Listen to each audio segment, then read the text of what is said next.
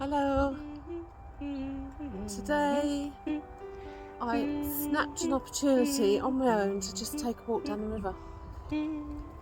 It's such a joy to be able to come out of the 5k actually, although I've been coming in and out of town for shopping and things. It hasn't felt quite right to linger.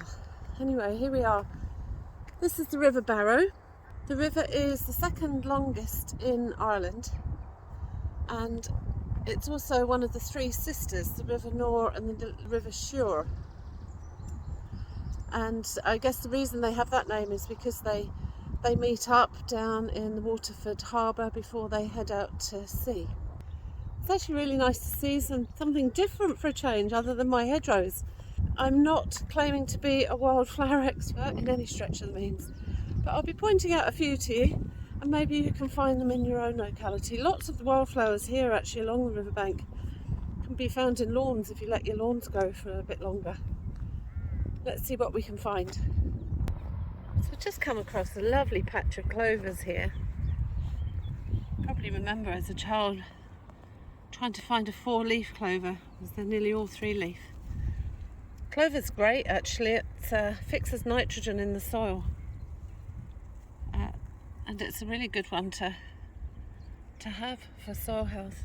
And next to it there's a little patch of dandelions. I've shown you the dandelions before, but they're out in force at the moment and they're just joyous to look at. She's very busy.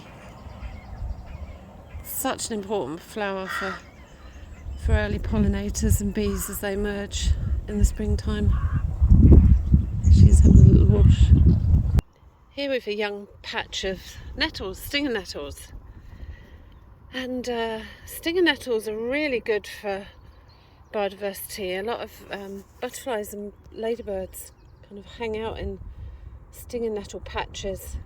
And when they're this size, you can see they're quite low growing. They're really good for making soup and teas with. I've just spotted a little cuckoo flower. See it here.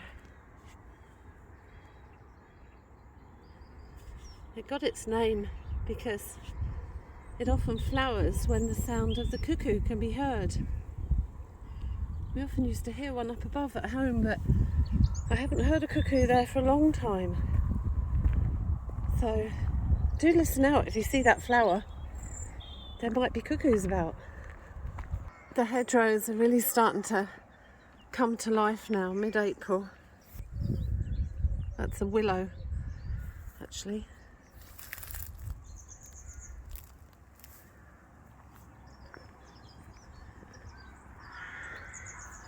And there you can see the keys hanging from an old ash. I wonder how that will do this year. Some of the ivy that I mentioned in the previous video. And the rooks all nesting. You can see some signs of some mare's tail or horsetail. It's one of the oldest weeds in that we know about, and they can just root so deeply. It's in the ditches. I always dread the day that I might inadvertently bring this up to my house. It's not a weed that you want in your garden, but you can see it thrives in these wet conditions of the ditches here. I don't even want to get the spores of this on my feet. What a stunning plant, even if we don't really want it in our gardens. It can stay out here in the wildlife.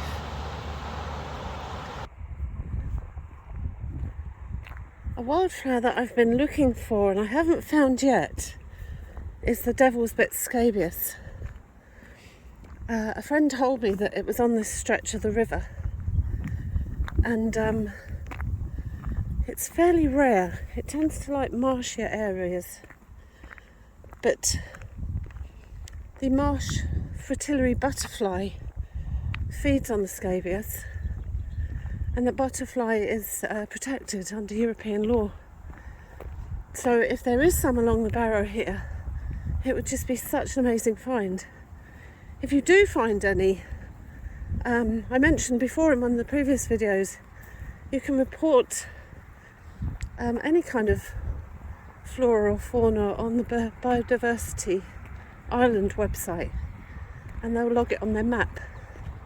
But it would be great to record it if it is there.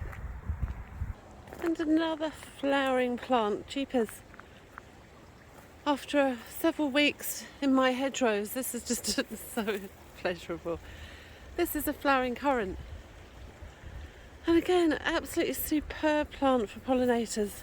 I'll make no apologies for keep talking about them. They need every bit of help we can give them. This one actually doesn't smell very nice.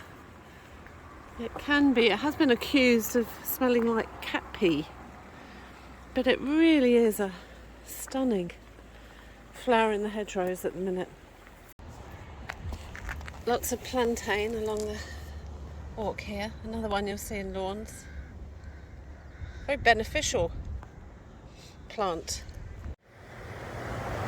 This really is a beautiful walk, a beautiful river, and very easy to walk on this area here. And at last, some blackthorn. I've been dying to show you the blackthorn. It's one of the first hedgerow trees or shrubs to flower. You can see there's leaf on other hedgerow plants and trees now, but the blackthorn is one of the first you'll see with it's like a bouquet of white little flowers. The Latin for blackthorn is Prunus spinosa, and I always think as an introduction to Latin in the plant world, this is a brilliant one to remember. Or Prunus spinosa reminds me of a Harry Potter spell, and given that if you happen to get prickled by a blackthorn, and it will often go septic, so if you want to cast a nasty spell at somebody, you can just Prunus spinosa them, and may all their wounds turn septic. How about that for remembering the Latin of a plant name? But again, lots of little insects hopping from flower to flower. I can even see the honeybees up there actually. Blackthorn is considered to be quite a dark shrub, if you like, in kind of Celtic mythology. It's said to be where the moon fairies hang out.